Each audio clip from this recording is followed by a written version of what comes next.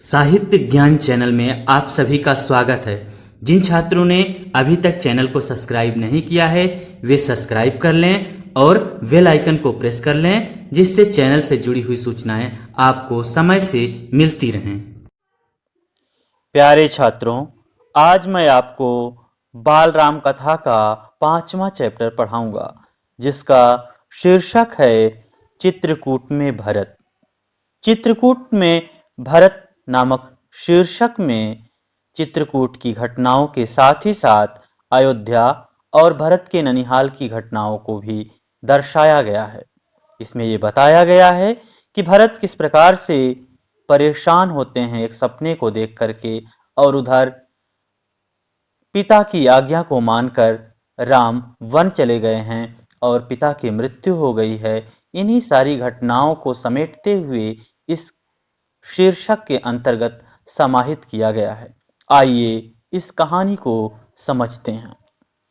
भरत केकय राज्य में थे, अपनी ननिहाल में, अयोध्या की घटनाओं से सर्वथा अनभिज्ञ, लेकिन वे चिंतित थे। उन्होंने एक सपना देखा था, पर उसका अर्थ पूरी तरह नहीं समझ पा रहे थे। संगी साथियों के साथ बातचीत में उन्होंने कहा, मैं नहीं जानता कि उसका क्या अर्थ है, उसका अर्थ क्या है, पर सपने से मुझे डर लगने लगा है। मैंने देखा कि समुद्र सूख गया, चंद्रमा धरती पर गिर पड़े, वृक्ष सूख गए, एक राक्षसी पिता को खींचकर ले जा रही है। वे रथ पर बैठे हैं, रथ गधे खींच रहे हैं। छात्रों, इस पैराग्राफ में यह बताया जा रहा है कि जिस समय भरत ननिहाल में थे उसी समय उनके पास संदेशा आता है, लेकिन उसके पहले ही वो सपना एक देखते हैं, जिस सपने को वो समझ नहीं पाते किस कारण से इस प्रकार से मुझे सपने में देखने को मिलता है। तो अशुभ संकेत उनको होने लगते हैं। वो देखते हैं कि चंद्रमा जो है वो पृथ्वी पर गिर पड़ा है, समुद्र सूख गया है, पेड़ सूख रहे हैं और पिता को एक राक्षसी खींच करके ले जा रही है गधे पर बैठा करके। तो इस प्रकार से वो सपना देख करके बहुत ही डर जाते हैं, लेकिन इस सपने का अर्थ वो नहीं समझ पाते हैं। आगे देखिए क्या होता है। जिस समय भरत मित्रों को अपना सपना सुना रहे थे, ठीक उसी समय अयोध्या से घुड़सवार दूत वहां पहुंचे। घुड़सवारों ने छोटा रास्ता चुना था जल्दी पहुंचने के लिए। भरत को संदेश मिला, वे तत्काल अयोध्या जाने के लिए तैयार हो गए। ननिहाल में भरत का मन नहीं लग रहा था, उचट गया था। वे अयोध्या पहुंचने को उतावले थे। छात्रों, इस सपने को वो अपने साथियों के साथ बता ही रहे थे, तभी अयोध्या के जो घुड़सवार हैं, जो संवाददाता हैं, वहां पहुंच जाते हैं और वहां पर बताते हैं कि वो भरत को बुलाने आए हैं। भरत का मन वैसे भी ननिहाल में नहीं लग रहा था, वे तुरंत अयोध्या चलने के लिए तैयार हो जाते हैं। आगे देखिए क्या होता है। केकय राज ने भरत को विदा किया, सौरथों और सेना के साथ। उन्हें घुड़सवारों से अधिक समय लगा, लंबा रास्ता पकड़ना पड़ा। तो उनके नाना जी ने वहां से विदा तो किया, लेकिन उनके साथ एक सेना भेज दिया और सब घुड़सवार भेजे, जिससे उनको अधिक समय लगा। सेना और रथ खेतों से होकर नहीं जा सकते थे। वे 8 दिन बाद अयोध्या पहुंचे, नदी पर्वत लांघते तक थके हुए और चिंतित, क्योंकि उनके साथ सेना थी। सेना अगर खेतों से होकर गुजरती, खेतों से होकर जाती तो फसल उसमें रौंद जाती, फसल नष्ट हो जाती। इसलिए उन्होंने क्या किया, लंबा रास्ता चुना और 8 दिनों बाद वो घर अपने पहुंचे। नदी पर्वत लांघते हुए एकदम थके, बहुत ही चिंतित परेशान होते हुए घर पहुंचे। आगे देखिए क्या होता है। भरत ने अयोध्या नगरी को दूर से देखा। नगर उन्हें सामान्य नहीं लगा, बदला बदला सा था। अनिष्ट की आशंका उनके मन में और गहरी हो गई। यह मेरी अयोध्या नहीं है, क्या हो गया है इसे? उन्होंने पूछा। सड़कें सूनी हैं, बाग बगीचे उदास हैं, सब लोग कहां गए? वह तुमुल नाद कहां है? पक्षी भी कलरव नहीं कर रहे हैं, इतनी चुप्पी क्यों? किसी ने भरत के प्रश्नों का उत्तर नहीं दिया। छात्रों, भरत ने अयोध्या नगरी को जब अपने ननिहाल से आ रहे हैं तो दूर से ही देखते हैं और उन्हें बहुत ही बदला हुआ वहां का मौसम लगता है। सामान्य उन्हें नहीं लगता है, जैसे पहले अयोध्या उनको दिखती थी उस प्रकार से आज उनको नहीं महसूस हो रही थी। और वो किसी अनिष्ट की आशंका से उनका मन परेशान होने लगता है। अनिष्ट मतलब कोई ऐसा लगता है कोई गलत कार्य हो गया है, और कोई जो चीज ऐसी घटना नहीं होनी चाहिए, ऐसी कोई घटना घट गई है। इस प्रकार से उनके मन में संदेह होने लगता है, आशंका होने लगती है। और वो कहते हैं ये मेरी अयोध्या तो नहीं है, जिस अयोध्या को मैं देख कर गया था वो ऐसी ये अयोध्या नहीं है। इसकी सड़कें उनको सूनी मिलती हैं, बाग बगीचे भी उदास रहते हैं, और जिस प्रकार से वहां पक्षी कलरव करते थे, तुमुलनाद होते थे, वो कुछ भी उस प्रकार से दिखाई नहीं देता। चारों तरफ एकदम शांति बनी रहती है, चुप्पी बनी रहती है, और उनके प्रश्नों का कोई जवाब भी नहीं देता है। आगे देखिए फिर क्या होता है। नगर पहुंचते ही भरत सीधे राजभवन गए। महाराज दशरथ के प्रासाद की ओर बढ़े। महाराज वहां नहीं थे। फिर वे कैकेयी के महल की ओर बढ़े। मां ने आगे बढ़कर पुत्र को गले लगा लिया, परंतु भरत की आंखें पिता को ढूंढ रही थीं। उन्होंने मां से पूछा, पुत्र तुम्हारे पिता चले गए हैं। छात्रों, यहां पर जैसे ही वो राजमहल में पहुंचते हैं भरत, वे सीधे अपने पिता के महल की ओर, राजभवन की ओर बढ़ते हैं, दशरथ के प्रासाद की ओर बढ़ते हैं जहां दशरथ रहते थे। लेकिन वहां पर जब दशरथ नहीं मिलते, उनके पिता नहीं मिलते हैं, तो अपनी माता कैकेयी के भवन की ओर बढ़ते हैं। माँ आगे आकर के उनका स्वागत करती हैं और उन्हें गले से लगा लेती हैं, परंतु वो तो अपने पिता को ढूंढ रहे थे। उन्होंने माँ से पूछा कि पिता कहाँ हैं, तो माता बताती हैं, पुत्र तुम्हारे पिता चले गए। वो बताती हैं कि अब तुम्हारे पिता नहीं रहे, उनकी मृत्यु हो चुकी है।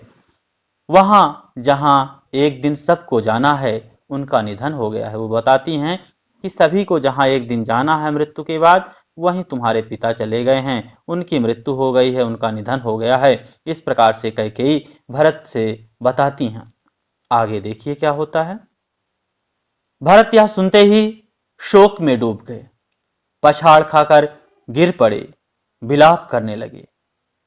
मां कैकेयी ने उन्हें उठाया, ढांढस बंधाया, कहा, उठो पुत्र, यशस्वी कुमार शोक नहीं करते, तुम्हारा इस प्रकार दुखी होना उचित नहीं है, राजगुणों के विरुद्ध है, अपने को संभालो।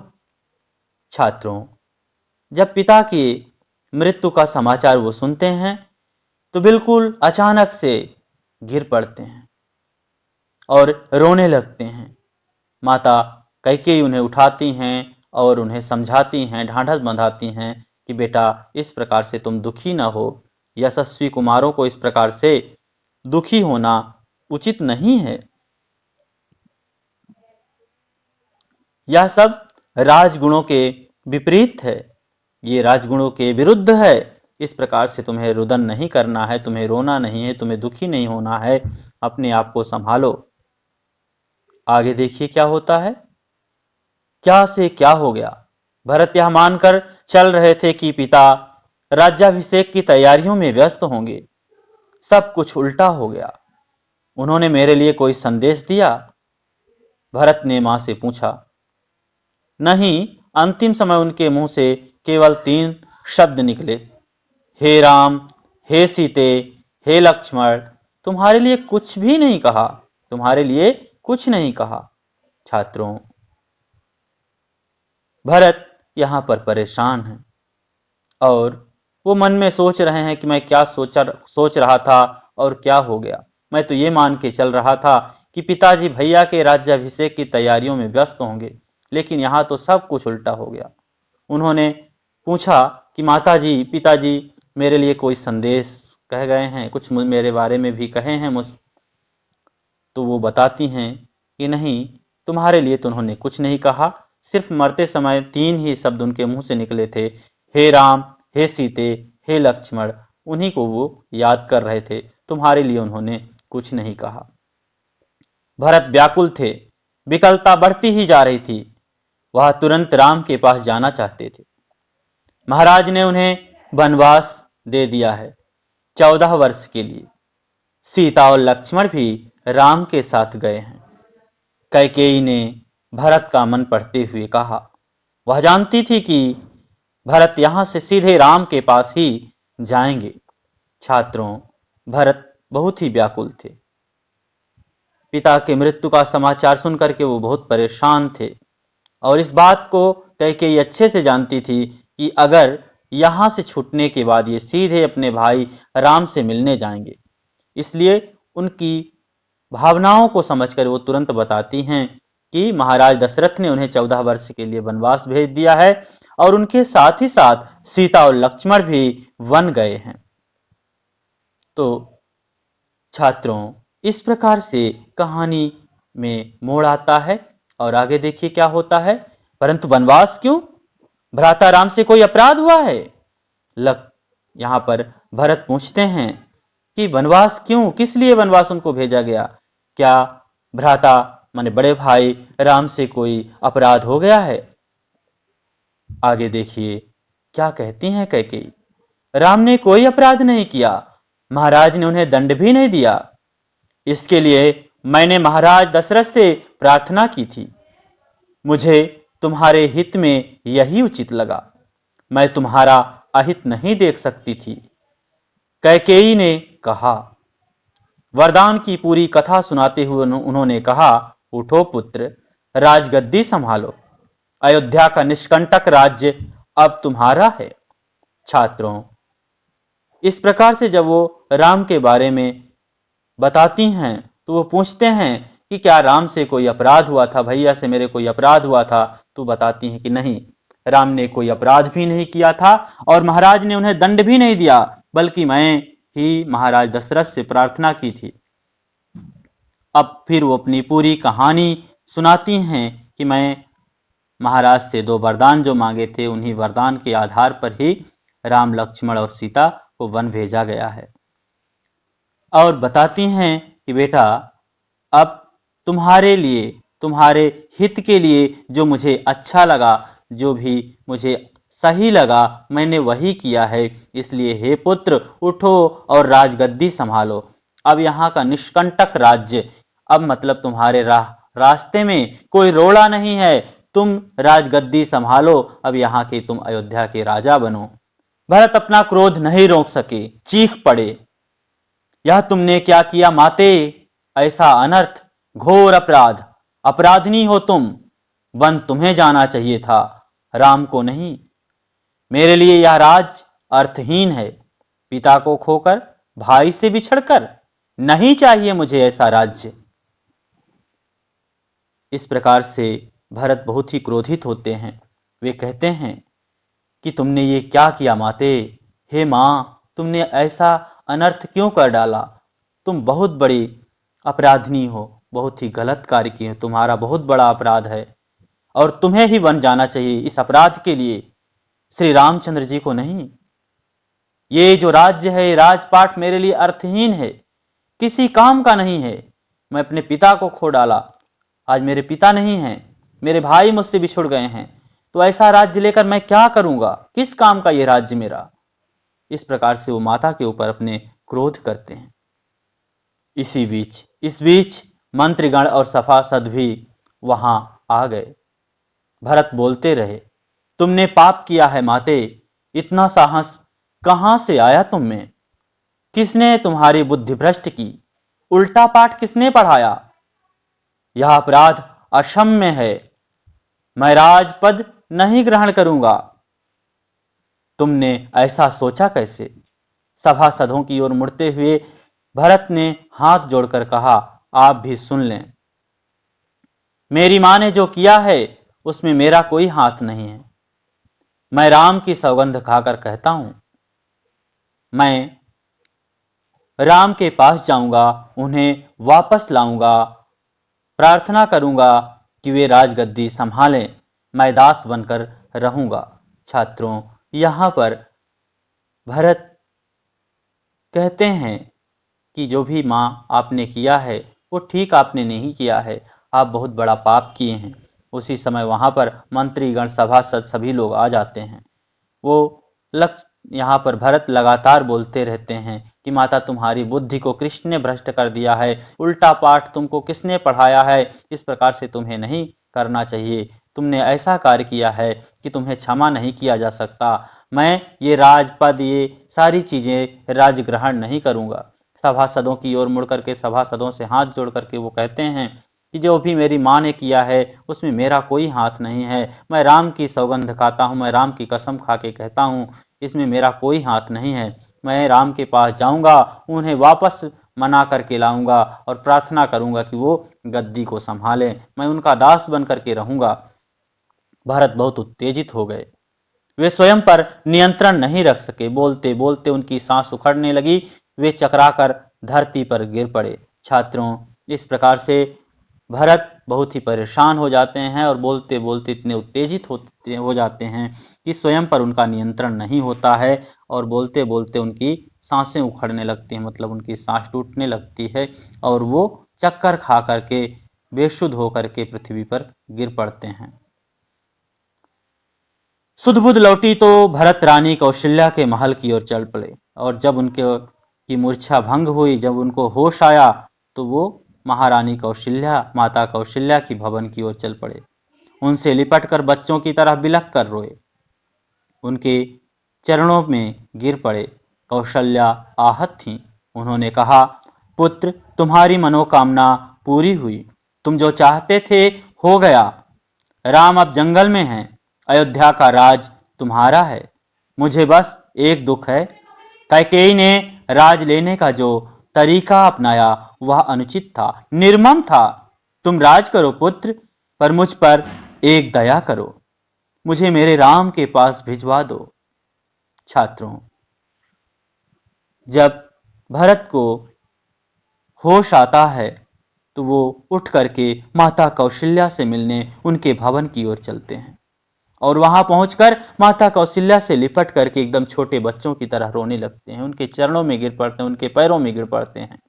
माता कौशल्या पहले से ही आहत थीं, पुत्र के जाने से, पुत्र के वियोग में बहुत ही परेशान थीं और उधर उनके पति अर्थात राजा दशरथ भी मर गए थे। इन बातों को लेकर के वो बहुत ही आहत थीं।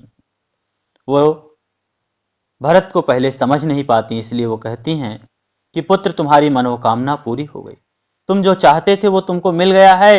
राम अब यहाँ पर नहीं है, वो जंगल चला गया है और मुझ पर एक ही कृपा तुम करो कि मुझे मेरे बेटे के पास भिजवा दो। लेकिन तुम्हारी माता ने जो किया बेटा, वो ठीक नहीं किया। राज्य लेने के लिए जो तरीका उसने अपनाया है ये बहुत ही गलत है। इस प्रकार से कौशल्या बोलती हैं। भरत ने रानी कौशल्या से क्षमा मांगी, सफाई दी, रानी कैकेयी के व्यवहार पर ग्लानि व्यक्त की। कहा, राम मेरे प्रिय अग्रज हैं, मैं उनका अहित सोच भी नहीं सकता, मैं निरपराध हूं। छात्रों, जब माता कौशल्या इस प्रकार से उनसे कहती हैं, तब भरत माता कौशल्या से क्षमा मांगते हैं और सफाई देते हैं कि माँ, मेरा ऐसा कोई भी व्यवहार नहीं था, मैं राज्य नहीं चाहता था और माँ कैकेयी ने जो भी किया है उसके लिए मैं आपसे क्षमा मांगता हूँ, मुझे भी उसका दुख है। उन्होंने कहा कि राम मेरे बड़े भाई हैं और मैं उनका कभी भी अहित नहीं सोचूंगा, मैं निरपराध हूँ, इस सब कार्य में मेरा कोई भी हाथ नहीं है, मैं इस सब में सम्मिलित नहीं हूँ माँ। इस प्रकार से भरत रानी कौशल्या से क्षमा मांगते हैं। कौशल्या ने भरत को क्षमा कर दिया, उन्हें गले से लगा लिया। भरत सारी रात फूट फूट कर रोते रहे। छात्रों, जैसे ही कौशल्या को पता चलता है कि भरत को इन तमाम बातों की ग्लानि है, वो दुखी है इन बातों को लेकर के, तो वो भरत को क्षमा कर देती हैं, माफ कर देती हैं और उन्हें गले से लगा लेती हैं। सारी रात भरत फूट फूट कर रोते रहे, परेशान रहे, भाई को लेकर के, पिता को लेकर के। सुबह तक शत्रुघ्न को पता चल गया था कि कैकेयी के कान किसने भरे। मंथरा अयोध्या के घटनाक्रम से घबरा गई थी, छिप गई। कुछ दिनों से उसे किसी ने नहीं देखा। भरत और शत्रुघ्न राम को वापस लाने पर मंत्रणा कर रहे थे। तभी शत्रुघ्न की दृष्टि बचकर निकलती मंथरा पर पड़ी। उन्होंने लपक कर उसके बाल पकड़ लिए, खींचते हुए भरत के सामने लाए। भरत को दासी की भूमिका बताई। शत्रुघ्न उसे जान से मार देने पर उद्यत थे। भरत ने बीच बचाव किया। छात्रों, इस घटनाक्रम को लेकर के शत्रुघ्न भी परेशान थे। और उनको पता चल जाता है कि इस घटनाक्रम में मंथरा का भी हाथ है। उसने ही रानी कैकेयी की कानों में ये बात डाली थी कि तुम अपने बेटे के लिए अयोध्या का राज सिंहासन मांगो और राम को वनवास मांगो। ये सारी बातें जब उनको पता चल जाती है तो वो क्या करते हैं, जब भरत और शत्रुघ्न आपस में बात कर रहे थे उसी समय वो दृष्टि बचा करके उनसे बच करके मंथरा निकलना चाहती है, लेकिन वो उसको देख लेते हैं और दौड़ करके उसके बालों को पकड़कर खींच लाते हैं और भरत के सामने ला करके उसकी सारी भूमिका के बारे में बताते हैं। शत्रुघ्न तो उसको उसी समय जान से मार देना चाहते थे, लेकिन भरत ने उसका बचाव किया, उसे छुड़ा दिया। आगे देखिए क्या होता है। मुनि वशिष्ठ अयोध्या का राज सिंहासन रिक्त नहीं देखना चाहते थे। खाली सिंहासन के खतरों से वे परिचित थे। उन्होंने सभा बुलाई, भरत और शत्रुघ्न को आमंत्रित किया। भरत से कहा, वत्स, तुम राज काज संभाल लो। पिता के निधन और बड़े भाई के वन गमन के बाद यही उचित है। छात्रों, जो गुरु वशिष्ठ हैं वो जानते थे कि राज सिंहासन अगर खाली हो तो तमाम जो आसपास के पड़ोस के राज्य हैं, राजा हैं, उनकी आंखें राज्य पर गड़ जाती हैं और आक्रमण वो कर देते हैं। इसलिए वो सिंहासन खाली नहीं रखना चाहते थे, किसी न किसी को सिंहासन पर बैठाना चाहते थे, क्योंकि वो इसके खतरे से वो परिचित थे। इसलिए उन्होंने क्या किया, तुरंत सभा बुलाई और भरत और शत्रुघ्न को उसमें आमंत्रित किया और उनसे उन्होंने कहा कि तुम काज अपना संभालो, बेटा अपना राजकाज आप संभाल लो, क्योंकि अभी पिता नहीं है, पिता की मृत्यु हो चुकी है और भाई तुम्हारे बड़े भाई जो हैं राम हैं वो भी वन में हैं, यहाँ पर नहीं हैं। इसलिए इस समय तुम्हें ही इस काम को करना होगा, सिंहासन को तुम्हें ही संभालना होगा, भैया तुम्हारे वन चले गए हैं। आगे देखिए क्या होता है। भरत ने महर्षि का आग्रह अस्वीकार कर दिया। बोले, मुनिवर, यह राज्य राम का है, वही इसके अधिकारी हैं। मैं यह पाप नहीं कर सकता। हम सब वन जाएंगे और राम को वापस लाएंगे।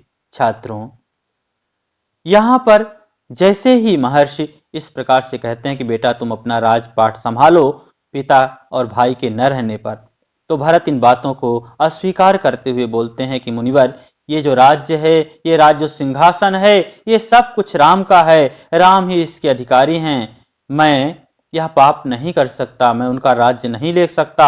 हम सब वन जाएंगे और राम को मना करके वापस लाएंगे, हम राम को वापस ले आएंगे। इस प्रकार से वे कहते हैं। आगे देखिए क्या होता है। वन जाने के लिए सभी तैयार थे। भरत ने सबके मन की बात कही थी। सबकी इच्छा थी कि राम अयोध्या लौट आएं। छात्रों, इतना पहले समझ लीजिए, यहां पर सभी की ये इच्छा थी कि राम को वापस लाया जाए। जैसे ही भरत ये प्रस्ताव रखते हैं कि हम जंगल चलेंगे और राम को मनाकर वापस लाएंगे, सभी लोग तैयार हो जाते हैं। सबकी इच्छा यही थी कि राम को वापस अयोध्या लाया जाए। अगली सुबह भरत सभी मंत्रियों और सभासदों के साथ वन के लिए चले। गुरु वशिष्ठ साथ थे, नगरवासी भी थे। अयोध्या की चतुरंगणी सेना तो थी ही। छात्रों, अगली सुबह जैसे ही सुबह हुई, सभी मंत्री और सभासदों के साथ वन के लिए चल देते हैं। साथ में गुरु वशिष्ठ थे और अयोध्या के रहने वाले वासी, अयोध्या की चतुरंगिनी सेना, ये सभी मिल करके राम के पास चल देते हैं। आगे देखिए क्या होता है। राम तब तक गंगा पार कर चित्रकूट पहुंच गए थे। वहां एक आश्रम था महर्षि भरद्वाज का, गंगा यमुना के संगम पर। राम आश्रम में नहीं रहना चाहते थे ताकि महर्षि को असुविधा ना हो। महर्षि ने उन्हें एक पहाड़ी दिखाई, सुंदर स्थान, सुरम्य दृश्य, पर्णकुटी वहीं बनाई गई। छात्रों, राम तब तक गंगा पार कर चित्रकूट पहुंच गए थे। वहां एक आश्रम था महर्षि भरद्वाज का, जो कि गंगा यमुना के संगम पर स्थित था। राम आश्रम में नहीं रहना चाहते थे ताकि जो भी ऋषि मुनि हैं उन्हें किसी भी प्रकार की असुविधा न हो, महर्षि ने उन्हें एक पहाड़ी दिखाई। सुंदर स्थान था, सुरम्य दृश्य था और पर्णकुटी वहीं पर उन्होंने बनाई। उसी स्थान पर उन्होंने अपनी पत्ते की कुटिया बनाई। भरत को सूचना मिल गई थी, वे चित्रकूट ही आ रहे थे। पूरे दल बल के साथ सेना के चलने से आसमान धूल से अट गया। हर ओर कोलाहल। वे श्रृंगवेरपुर पहुंचे। निषाद राजगुह को सेना देखकर कुछ संदेह हुआ। कहीं राजमद में आकर भरत राम पर आक्रमण करने तो नहीं जा रहे। सही स्थिति पता चली तो उन्होंने भरत की अगवानी की। गंगा पार करने के लिए देखते ही देखते 500 नावें जुटा दी। छात्रों, इधर भरत को सूचना मिल गई थी कि राम कहाँ पर हैं। वो अपने भाई राम से मिलने के लिए पूरे दल बल के साथ आगे बढ़ते हैं। सेना के कोलाहल के कारण, पूरी सेना साथ में चलने के कारण एकदम आकाश भी धूल से पट गया था। चारों तरफ धूल ही धूल दिखाई दे रही थी, हर ओर कोलाहल था। जब वो श्रृंगवेरपुर पहुंचते हैं, जहां पर राम और सीता पहली रात बिताते हैं, उस स्थान पर पहुंचते हैं निषाद राज के यहाँ तक, तो निषाद राज इतनी बड़ी सेना देखकर पहले आश्चर्य में पड़ते हैं कि क्या कारण है। हो सकता है कहीं राजमद में आकर, अपने अहंकार में आकर भरत राम पर आक्रमण तो नहीं करने जा रहा है। लेकिन जब उनको सही बातें पता चलती हैं, तब वो भरत का अगवानी करते हैं, भरत से मिलने के लिए आगे आते हैं और देखते ही देखते सेना को पार करने के लिए 500 नावें वो जुटा देते हैं। रास्ते में मुनि भरद्वाज का आश्रम पड़ा। उन्होंने भरत को राम का समाचार दिया। वह मार्ग दिखाया जिधर से राम गए। वह पहाड़ी दिखाई जहां राम ने पर्णकुटी बनाई। अयोध्या वासियों ने रात आश्रम में ही बिताए, इस संतोष के साथ कि राम अब दूर नहीं हैं। छात्रों, इस प्रकार से जब भरत ऋषि भरद्वाज के आश्रम पहुंचते हैं, तो वो राम का संदेशा उन्हें देते हैं। राम के बारे में वो बताते हैं कि राम यहाँ पर रुके थे और यहाँ पर पत्ते की कुटिया बनाए थे, यहाँ पर रहे थे, और आगे के लिए उनको बताते हैं। इस प्रकार से वो आगे बढ़ जाते हैं और वहीं पर देखिए रात में सभी लोग रुकते हैं और सभी को ये संतोष था कि अब राम उनसे दूर नहीं है, जल्दी ही हम राम के पास पहुंच जाएंगे। आगे जंगल घना था। सेना चली तो वन में खलबली मच गई। जानवर इधर उधर भागने लगे। पक्षियों ने अपना बसेरा छोड़ दिया। छोटी वनस्पतियां सेना के पांव तले कुचल गईं। बड़े वृक्ष थरथरा उठे। राम और सीता पर्णकुटी में थे, लक्ष्मण पहरा दे रहे थे। कोलाहल उन्होंने भी सुना। वे एक ऊंचे पेड़ पर चढ़ गए देखने के लिए कि मामला क्या है। छात्रों, जब इतनी बड़ी सेना जंगल में जाएगी तो वैसे भी जंगल में कोलाहल मच जाएगा, और सेना जब चल रही है तो उसको देख करके जो जीव जंतु पक्षी हैं, सभी लोगों में भगदड़ मच जाती है। अपना बसेरा छोड़कर पक्षी भागने लगते हैं और छोटे छोटे जो पेड़ पौधे हैं वो सेना के पैरों तले कुचल जाते हैं। जो बड़े बड़े वृक्ष थे वो भी थर्राने लगते हैं, वो भी कांपने लगते हैं। उधर राम और सीता अपने पर्णकुटी में बैठे हुए थे। लक्ष्मण वहां पर पहरा दे रहे थे और इस प्रकार का कोलाहल सुनकर के वो एक पेड़ पर ऊपर चढ़ करके देखते हैं कि मामला क्या है, कौन है आ रहा है जिस वजह से सारे जीव जंतुओं में भगदड़ मची हुई है। आगे देखिए क्या होता है। लक्ष्मण ने देखा कि विराट सेना चली आ रही है। सेना का ध्वज जाना पहचाना था। अयोध्या की सेना थी। वे उत्तर की ओर से आगे बढ़ रहे थे। लक्ष्मण ने पेड़ से ही चीख कर कहा, भैया, भरत सेना के साथ इधर आ रहे हैं। लगता है वे हमें मार डालना चाहते हैं ताकि एक छत्र राज कर सकें। छात्रों, जैसे ही विराट सेना, बड़ी सेना देखते हैं, लक्ष्मण को संदेह होता है कहीं भरत राजमद में आकर, राज्य के अहंकार में आकर के हम लोगों पर आक्रमण करने तो नहीं आया है, मारने तो नहीं आया है। वो पेड़ से उतरते हुए बहुत तेजी से चिल्लाते हैं, पेड़ से ही चीखने लगते हैं कि भैया, भरत आ रहा है, वो हम लोगों को मार डालना चाहता है ताकि वो एक छत्र राज्य कर सके। राम कुटी से बाहर आए। उन्होंने लक्ष्मण को समझाया, भरत हम पर हमला नहीं करेगा, कभी नहीं। वह हम लोगों से भेंट करने आ रहा होगा। राम ने कहा, राम लक्ष्मण को समझाते हैं कि भाई, भरत ऐसा कभी नहीं करेगा, वो हम लोगों से मिलने आ रहा होगा, आक्रमण करने नहीं आ रहा होगा। भेंट के लिए सेना के साथ आने का क्या औचित्य? दो भाइयों के मिलन में सेना का क्या काम? लक्ष्मण आश्वस्त नहीं थे, वे सेना पर आक्रमण करना चाहते थे। राम ने उन्हें रोक दिया। छात्रों, लक्ष्मण कहते हैं कि भैया ये बताइए, दो भाइयों के मिलन में, दो भाई अगर मिलना चाहते हैं तो उसमें सेना का क्या कार्य है, सेना का क्या औचित्य है, सेना लेकर के आने का क्या औचित्य है? लक्ष्मण सेना पर आक्रमण करना चाहते थे, वो क्योंकि इससे आश्वस्त नहीं थे, उनको ये विश्वास नहीं हो रहा था जो राम समझा रहे थे, लेकिन राम उन्हें रोक देते हैं। आगे देखिए क्या होता है। वीर धैर्य का साथ कभी नहीं छोड़ते, कुछ समय प्रतीक्षा करो, इस प्रकार का उतावलापन उचित नहीं है। राम लक्ष्मण को समझाते हैं कि भाई थोड़ी देर प्रतीक्षा कर लो, इस प्रकार से परेशान मत हो, अभी आपको समझ में आ जाएगा। भरत ने सेना पहाड़ी के नीचे रोक दी, नगरवासियों से भी वहीं ठहरने को कहा। कोलाहल थम गया, उसकी जगह पुनः वन की नैसर्गिक शांति ने ले ली। भरत ने पहाड़ी को प्रणाम किया, शत्रुघ्न को साथ लेकर नंगे पांव ऊपर चढ़े। पांवों की गति अचानक बढ़ गई। भाई से मिलने की उत्कंठा में वे और प्रतीक्षा नहीं कर सकते थे। छात्रों, भरत ने अपनी सेना को पर्वत के नीचे ही उन्होंने रोक दिया और ऊपर अपने छोटे भाई शत्रुघ्न को लेकर के चढ़ते हैं। जैसे ही वो सभी लोग रुक जाते हैं, कोलाहल थम जाता है। जो इस प्रकार से वन में कोलाहल मचा हुआ था, सभी के रुक जाने से वो थम गया था। और इधर नैसर्गिक जो भी प्राकृतिक वातावरण होता है, उसी प्रकार से फिर से ये पूरा स्थान लगने लगता है। वो नंगे पांव ही ऊपर अपने भाई से मिलने के लिए जाते हैं। पांवों की गति, उनके पैरों की गति अचानक बहुत तेज हो जाती है, क्योंकि वे अभी अपने भाई को देख लिए थे, भाई से मिलना चाहते थे। वे और प्रतीक्षा नहीं कर सकते थे, वे अपने भाई से दूर रहने की प्रतीक्षा अब ज्यादा देर नहीं कर सकते थे। आगे देखिए क्या होता है।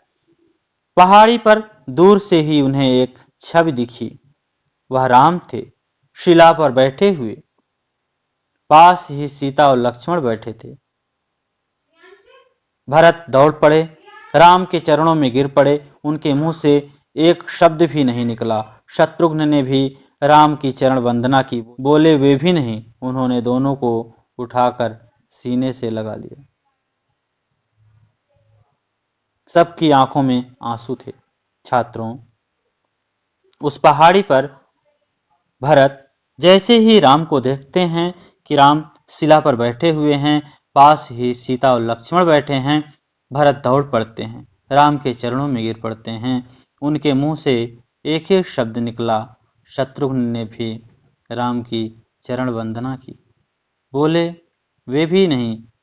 राम अपने दोनों भाइयों को उठाकर सीने से लगा लेते हैं। सबकी आंखों में आंसू आ जाते हैं।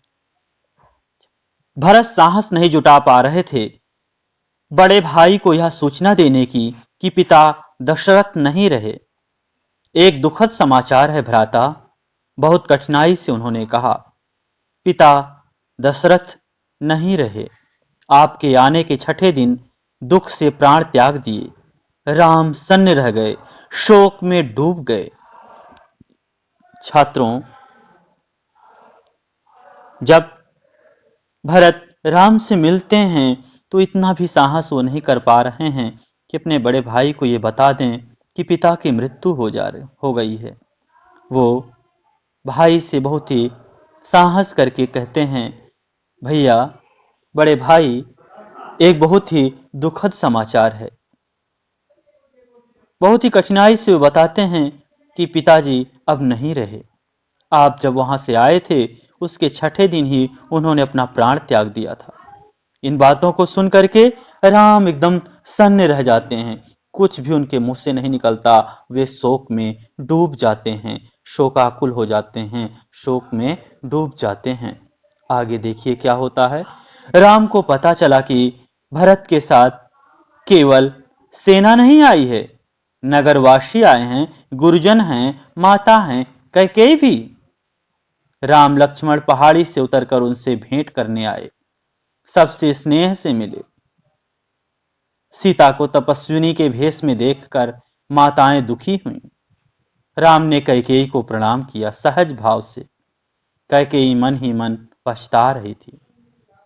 छात्रों, राम को ये समाचार तो मिला ही कि पिताजी अब नहीं रहे, साथ ही उनको ये पता चलता है कि भरत के साथ सिर्फ सेना नहीं आई है, बल्कि नगर के वासी, नगर के रहने वाले लोग, गुरुजी, गुरुजन, माताएं भी उनके साथ में आई हैं और कैकेयी भी साथ में आई हैं। राम लक्ष्मण उतर करके पहाड़ी से नीचे उन सब से मिलने जाते हैं। जब माताएं सीता को तपस्विनी के भेष में देखती हैं तो वो बहुत दुखी होती हैं, उनको बहुत दुख होता है। राम सबको सहज भाव से प्रणाम करते हैं। कैकेयी से भी वो मिलते हैं और कैकेयी उनको देख करके मन ही मन पश्चाताप करती है। आगे देखिए क्या होता है। अगले दिन भरत ने राम से राजग्रहण का आग्रह किया, समझाया, विनती की कि अयोध्या लौट चलें। राम इसके लिए तैयार नहीं हुए। पिता की आज्ञा का पालन अनिवार्य है। पिता की मृत्यु के बाद मैं उनका वचन नहीं तोड़ सकता। भरत को राजकाज समझाया, कहा कि अब तुम ही गद्दी संभालो, यह पिता की आज्ञा है।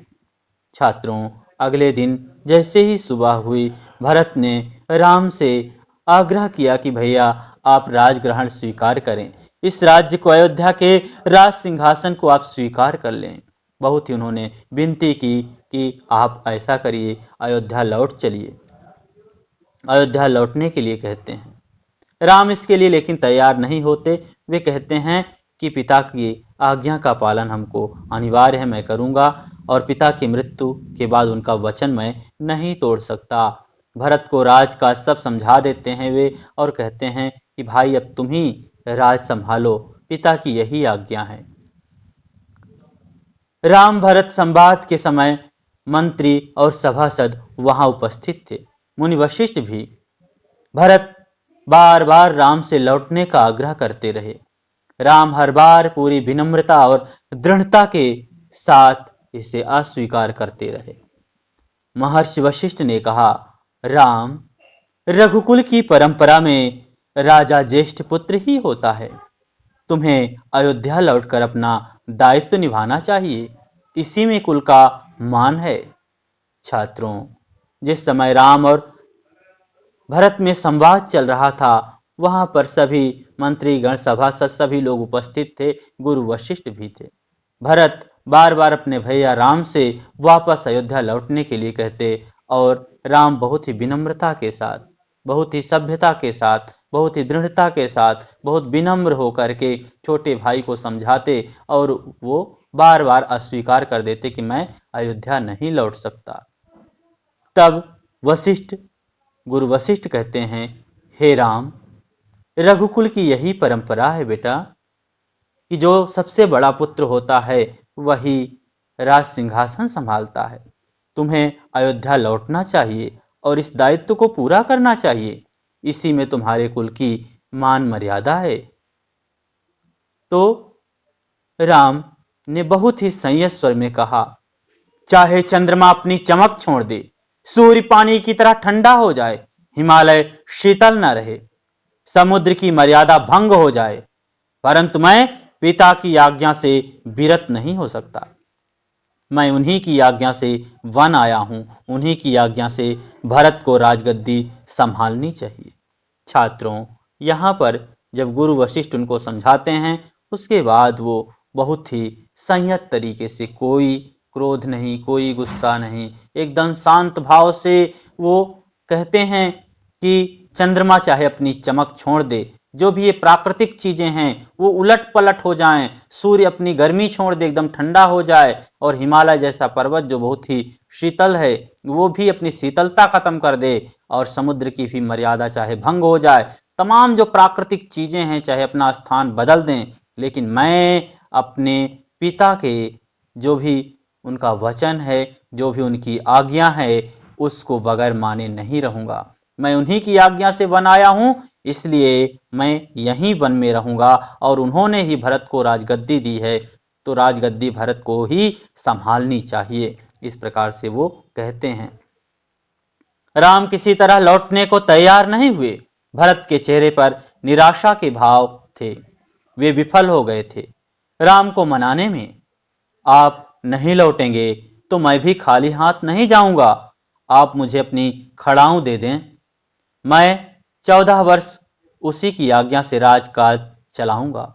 छात्रों, जब भरत को निराशा हाथ लगती है, वो समझ जाते हैं कि भैया अब नहीं चलेंगे, तो वो कहते हैं कि मैं खाली हाथ वापस नहीं जा सकता, मैं आपका खड़ाऊं ले जाऊंगा, मुझे अपना आप खड़ाऊं दे दें, मैं 14 वर्ष तक उसी को सिंहासन पर रख करके राजकाज संभालूंगा। भरत का यह आग्रह राम ने स्वीकार कर लिया, अपनी खड़ाऊ दे दी। भरत ने खड़ाऊ को माथे से लगाया। छात्रों, जब भरत ने यह आग्रह राम से किया तो उन्होंने इसको स्वीकार कर लिया और अपनी खड़ाऊ दे दी। भरत ने उनके खड़ाऊ को उठाया और अपने माथे से लगाया और कहा कि 14 वर्ष तक अयोध्या पर इन चरण पादुकाओं का शासन रहेगा। सबको प्रणाम कर राम ने उन्हें चित्रकूट से विदा किया। इस प्रकार से उन्होंने बताया कि ये चरण पादुकाएं ही अब शासन करेंगी, 14 वर्ष इन्हीं का शासन होगा। इस प्रकार राम ने सबको अपने से बड़ों को प्रणाम किया और उनको चित्रकूट से विदा किया। राम की चरण पादुकाओं को एक सुसज्जित हाथी पर रखा गया। प्रतिहारी उस पर चंवर डुलाते रहे। अयोध्या पहुंचकर भरत ने पादुका पूजन किया। कहा, ये पादुकाएं राम की धरोहर हैं, मैं इनकी रक्षा करूंगा, इनकी गरिमा को आंच नहीं आने दूंगा। छात्रों, इस प्रकार से भरत राम की पादुकाओं को लेकर के सुसज्जित हाथी के ऊपर रख करके ले जाते हैं। जो प्रतिहारी थे, जो सेवक थे, उस पर पंखा कर रहे हैं और वो ले जा करके अयोध्या पहले उसका चरण पादुकाओं का पूजन करते हैं और वो कहते हैं कि ये राम की धरोहर है और इसकी रक्षा करना मेरा कर्तव्य है, इस पर इसकी गरिमा पर किसी भी प्रकार की आंच मैं नहीं आने दूंगा। भरत अयोध्या में कभी नहीं रुके। छात्रों, भरत एक तपस्वी के भेष में कहाँ रहते थे? नंदीग्राम चले गए। जाते समय उन्होंने कहा, मेरी अब केवल एक इच्छा है, इन पादुकाओं को उन चरणों में देखूं जहां इन्हें होना चाहिए। मैं राम के लौटने की प्रतीक्षा करूंगा 14 वर्ष। छात्रों, जिस प्रकार से राम तपस्वियों के भेष में रहते थे, ठीक उसी प्रकार से ही भरत भी अयोध्या से बाहर नंदीग्राम नामक स्थान पर रहते थे। और जब वो अयोध्या से जाने लगते हैं तो वो कहते हैं कि मेरी सिर्फ एक ही इच्छा है कि ये जो चरण पादुकाएं हैं, जो खड़ाऊ है, जिनके चरणों में होना चाहिए, उन्हीं पर मैं देखूं और मैं राम के वापस लौटने की प्रतीक्षा 14 वर्ष करूंगा। इस प्रकार से छात्रों, यहाँ पर अपने कर्तव्यों का निर्वहन करते हैं भरत। इस प्रकार से भाई के प्रति भाई का जो प्रेम है, किसी भी राज पाट धन दौलत, ये सारी बाधाएं सामने नहीं आती।